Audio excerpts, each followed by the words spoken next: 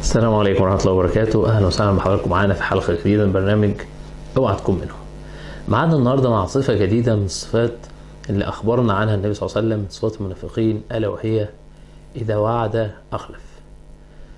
الصفة دي للأسف من الصفات اللي موجودة كتير جدا وسط الناس، صفة إذا وعد أخلف.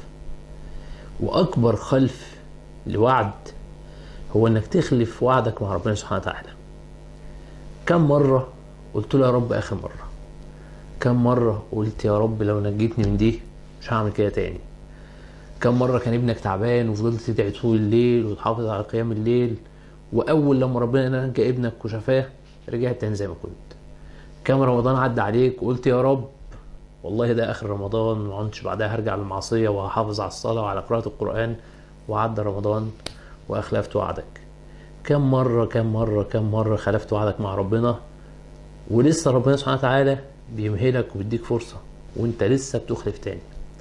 فأكبر خلف الميعاد للأسف كتير مننا بيعمله هو انه بيخلف وعده مع ربنا سبحانه وتعالى.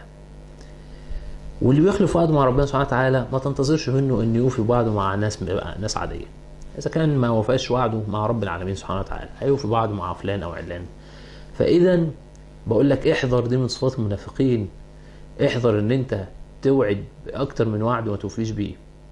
كذلك بقى الوعد مع الناس. شوف انت كام مرة وعدت ناس بحاجات، هعمل لك كذا ومش هعمل، هاجي وما جيتش، هروح وما روحتش، هقف جنبك وما وقفتش، هسلفك وما سلفتوش، هشوف لك كذا وما شفتوش. كام كام كام مرة وعدت واخلفت.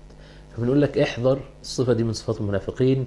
ومنافقين فقط هم اللي بيخلفوا وعدهم مع ربنا سبحانه وتعالى ويخلفوا وعدهم مع سنة النبي صلى الله عليه وسلم ومع الناس أجمعين. فبنقول لك احذر ان تكون الصفة دي عندك، لأن دي من صفات المنافقين. سبحانك اللهم وبحمدك، نشهد أن لا إله إلا أنت، نستغفرك ونتوب إليك. السلام عليكم ورحمة الله وبركاته. لا تنسوا الإعجاب بالفيديو والاشتراك في القناة تشجيعا لنا لنستمر بنشر المزيد إن شاء الله.